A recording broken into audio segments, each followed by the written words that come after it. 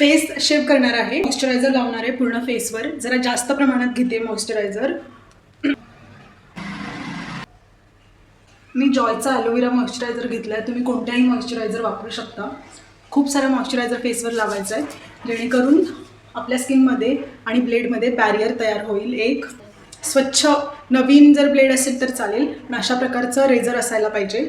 Face शेविंगवर मी already एक मोठा video बनवलेला आहे लॉंग फॉर्मॅट, तो तुम्ही जाऊन बघू शकता माझ्या चॅनलवर. फक्त फेसच शेव करणार आहे, इकडे नाही करणार आहे, इकडून सुरू करणार आहे. हा रुमाल घेतला आहे, थोडीशी स्किन अशी स्ट्रेच करायची आहे.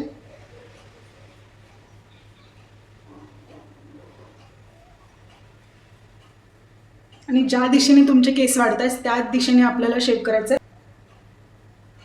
घाईघाईने काही करायचं नाही आहे, अगदी सांभाळून करायचं आहे. आणि पिंपल्स असतील चेहऱ्यावर तर फेस शेव करण्यापासून थोडं लांब राहा. पिंपल्स जाऊ द्या. स्कार असले तर चालतात, पिंपल्स असले तर ते डिस्टर्ब होऊ शकतात.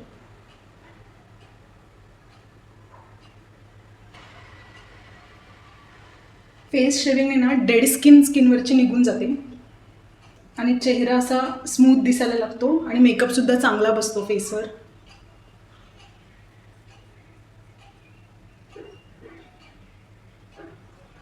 काही आपल्याला माणसासारखे जाड वगैरे केस येत नाहीत फेस शेविंग केल्यानंतर. मी खूप वर्षांपासून फेस शेव करते.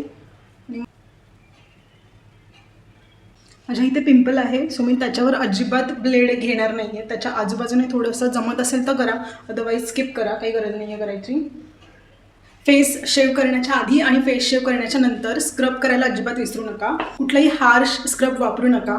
मी हा टॅन रिमूव्हल उपटन फेस वॉश वापरते. छान अगदी जेंटली स्क्रब करा फेसला.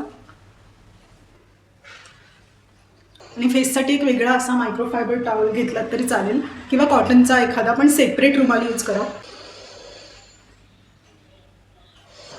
पोर्स वगैरे सगळी बेअर स्किन दिसणार आहे, बट त्यातल्या त्यात स्मूथ दिसायला लागते स्किन. आणि यानंतर मॉइश्चराईज करायला विसरू नका. मी पॉन्ड्सचं जेल मॉइश्चरायझर वापरते आहे.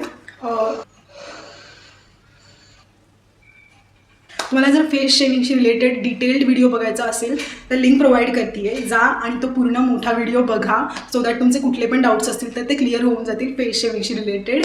आपण भेटूयात पुढच्या व्हिडिओमध्ये.